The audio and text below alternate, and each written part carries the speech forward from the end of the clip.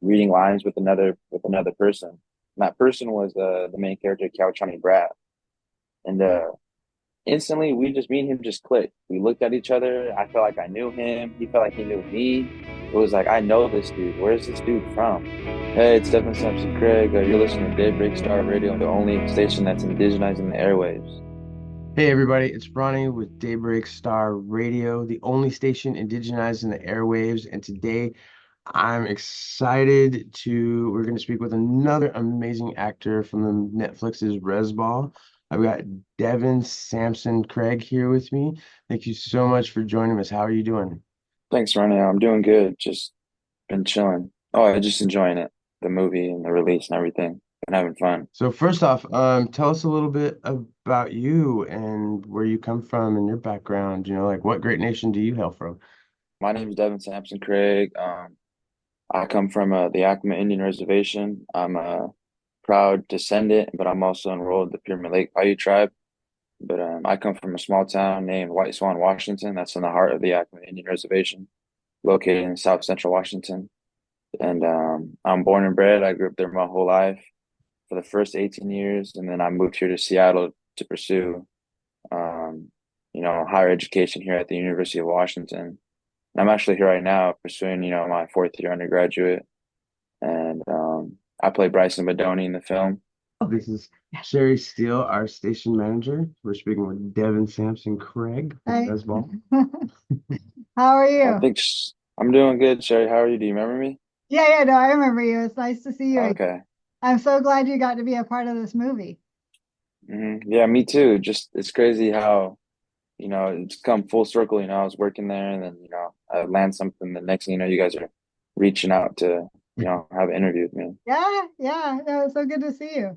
It's kind of awesome, yeah. It's the Yeah. full circle of it. Tell us about your character, Bryson in Rez Ball. What drew you to this role and what did you find most compelling about Bryson's story? Yeah, initially when I first read the script, I think Bryson's character stuck out the most to me, and that was obviously just the only character that, they wanted me to read for.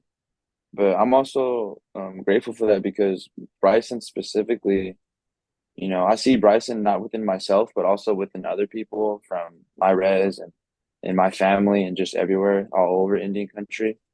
And so specifically when it comes to, Bryson's, upbringing, when it comes to dysfunctional family, he's, an he's early into like fatherhood and such. And so I think for me, I've seen that so many times growing up.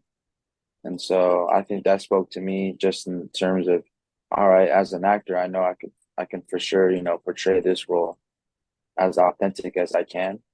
And so, yeah, and I was also a point guard in high school for my high school team at White Swan. And so in some weird way, there's Bryson was a bit of me, Bryson was a bit of this person in my life, Bryson was a bit of that person in my life. And so I was just, fortunate enough to be offered that role. So yeah. So, what was it like working with the kind of amazing, talented cast that you got to work with? Were you able to form some friendships with the people in the production? Yeah, definitely. I remember I was at the Rez Ball Invitational. That was the first callback in person, and they had invited me down there. They flew me out into Albuquerque, and we had to do the first half of being on tape, being on camera, reading lines with another person. And that person was the main character, Chani Brat, and instantly me and him just clicked. We looked at each other. I felt like I knew him. He felt like he knew me. It was like, I know this dude. Where's this dude from? And we didn't know each other. We had no idea who each other were, but we clicked in some way. And I remember reading my lines. There was a specific line. It was um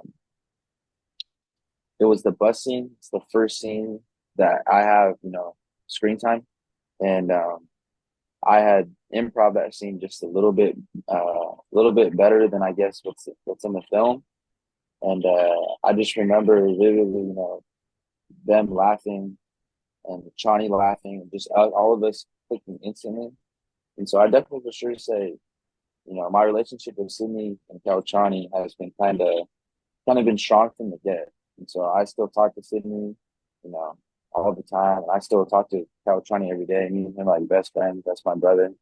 And so yeah, I definitely say those two relationships for me are what I hold dear to my heart. So besides the cast, you got Keel, Gordon, Cody Lightning, Amber Midthunder, Damian Castellane, or Love Smokey as we know him around here. Um, you also got to work, with Sydney Freeland and Sterling Harju, two amazing, respected figures in Indigenous filmmaking. How did they help guide your performance and help you bring your character to life? Yeah, going back to my relationship with Sydney, I think, me and her just clicking right away and her, enjoying what I was able to bring to Bryson as an actor. Definitely throughout the whole entire time of filming, I could definitely say I felt the most comfortable. I'm so glad, as my first big project, I was able to work with her and I was able to portray Bryson because what Sydney was able to do for not just me, but for everyone, I hope I'm just not speaking for myself, but she was able to build this environment where everyone can feel safe and everyone can feel right to do whatever they want when it came to like improv or just when it came to their specific character. And what I mean by safe is that there's a few scenes where, they were emotional and they were tough. But I remember specifically, there was an emotional scene and then I had, I had tapped into something that I went through in real life. And I remember sitting vividly telling me, what you're doing right now, Devin, isn't just for yourself. You're doing something big. This is for everyone. This isn't just medicine for everyone here on set, but it's going to be a form of medicine and healing for everyone watching this. And so for me, that meant a whole lot, to the point where it's like, dang, like I'm not going to forget this moment. This is probably my favorite moment throughout the whole entire time shooting. And just also with the comedic stuff and with the basketball stuff, it's like there was so much freedom and freedom of expression too when it came to, you know, this lingo or this style of saying stuff. Like I remember there's a line in the movie, I forgot which one it was. It's like it was a joke that Bryson says, but that it's like usually a joke that we say here in Yakima. And so I said it and the city was like, I like that. I like that. Build off that. And so the fact that, this movie wasn't just based on, Southwest Indian lingo or Navajo lingo or, slang or none of that. Sydney was able to let everyone just bring, every form of, slang or whatever it is to the movie, which made it honestly authentic as it is. That sounds great. And honestly, to piggyback off of that, what other aspects were you to bring in from your your culture, or your experience playing basketball that helped you build your character of Bryson? As for the basketball, I grew up playing basketball my whole life. And so the fact that, this is the basketball movie, it's Rez Ball, I definitely felt grateful. And I never pursued college basketball or nothing like that. I chose UW. I chose my academics over sports. But in some like weird way, shape or form, I feel like this was like sort of my way of pursuing that to a higher level. Like it wasn't college basketball, but it was a movie. It's a Netflix movie. So I'd say definitely for me, that was something that I was able to, tap into. All right, well, I got the right to play the way I want to play. So let me play like a Yakima just from White Swan. And even also with Bryson's fluency in Navajo, that was definitely one of the hardest languages I've ever learned, if that. And so I was, definitely grateful to be around the dialect coach Rose.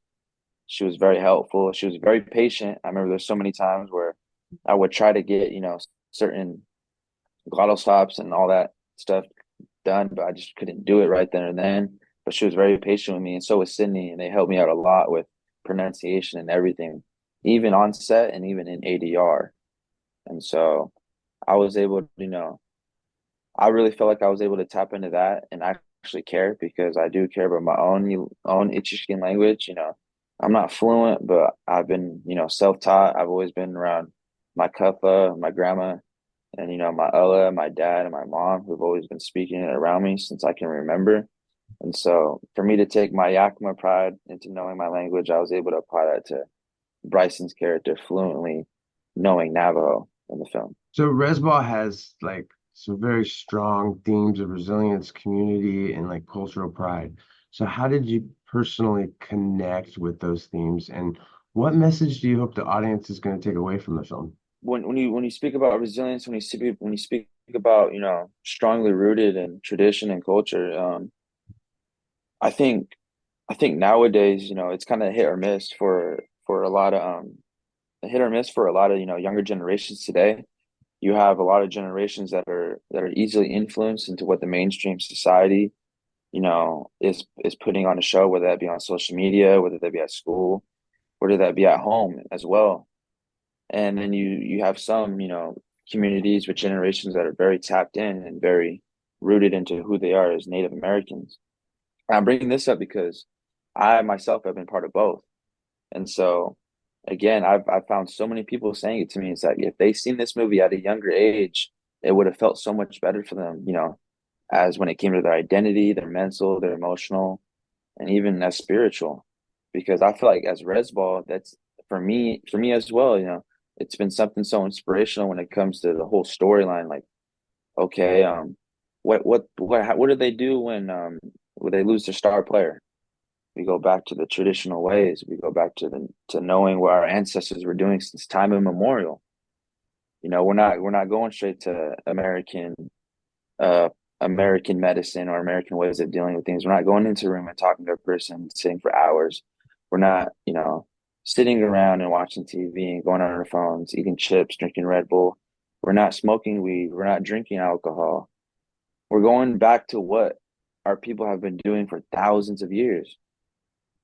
And so I think for me, I really connected with that because it's like I have seen so many relatives, family, and friends, and people I don't even know, and just with the statistics and the numbers speaking, because numbers do speak, is that you know, as Indian men and Indian women, we're so prone to becoming vulnerable to our mental and emotional and physical everything, and all those realms to at a disadvantage. And so to wrap it up all in all on that, to just be Rez Ball has been so inspiring and influential in so many ways that just like go out into their own ways. It's not just one, it's just it goes out in so many ways. But as a collective and what I want for audiences to take from it, that would definitely be as for like a Indian audience, a Native American audience, whatever you want to say, indigenous audience, it would definitely be I would hope that, a Native American my age or younger could take it as like, oh, I see myself on that screen, like, oh, that's cool. Or you know, I want to learn my language like Bryson knows his language. Or I want to, tap into working out just as much as Jimmy does when it comes to the sport that I love or stuff like that. And as for like a non-native audience, probably just, realizing like this is real authentic. Like this story is so beautiful. This story is like I don't see what there's not to love about it. For the first time in a long time, I don't from growing up, I'm 21 years old, I'm pretty young, but growing up, I don't remember, really seeing a film on a Netflix, the godfather of streaming, you know, a Netflix film being centered around Native Americans, better yet, Rez Ball, something I loved growing up and played. But probably just, being exposed to how Native Americans love basketball and how they use that as how they've been indigenizing the sport and how they've seen that as a form of medicine and healing because I think for a lot of people it's not even just basketball like for Native Americans it's not even just how do I say this? I'm sorry. Uh, I'm caught up in my words right now. Hmm. Uh Right. as for the non-native audience, it's like basketball is universal. It's worldwide. And so anyone from the world, I've been getting DMs from people from Brazil, from Portugal, saying how they love the movie. And for me, that means a whole lot. And it's just like the fact that basketball could be our step into the world, our step into Hollywood as Native Americans means so much. And I'm glad that it's top three in the on Netflix, top films in the US right now.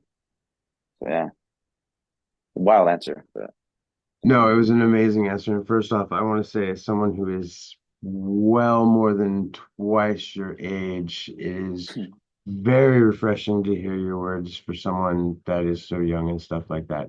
It's always things like this that give me hope for your generation, after everything we went through. At least we know that the next and younger generation is still you're listening and you're learning, and it's awesome. It's awesome to see keeping our traditions alive. Yeah. Mhm. Yeah. On that, what advice would you give to other Native youth who are interested in pursuing something in the entertainment industry? Because you're in college and you're now in Yeah, awesome movie. What advice would you give to them? I know for myself with where I am or with where I am at today and how I got here was I stayed away from drugs and alcohol. And as much as I've been exposed to it and been around it, I always, kept that self-control of, no, drugs aren't going to get me anywhere. Alcohol's not going to get me anywhere. They're not going to help me with my emotions. They're not going to help me with my mental. And so I always tell the youth or people younger than me, like to stay away from drugs and alcohol because, you know, we're Native Americans. We're not, that's not native to us. That's not natural to us. It's only going to ruin us. That was a form of, that was, part of getting rid of us. That was a tool to get rid of us. And so I always, think back to that too, is like my mind always reflects back to like, all right, what were we put through? And what I always tell myself too is like, what would my ancestors do? As corny as it may sound, as the 21-year-old, I don't see a lot of or hear a lot of 12, 21-year-olds saying that, but it's like, what would my ancestors do? They wouldn't pick up that bottle. And if they did, it's because they're being brainwashed, or if they wouldn't pick up that joint, they'd look at it like, what is that? Mish. And so definitely staying away from drugs and alcohol. And secondly, I'd probably definitely say to start taking healthy risks. I learned that term from one of my uncle mentors, Jacoby Howe. He said, he had introduced that to me, taking healthy risks. And I took a healthy risk back in December 2023.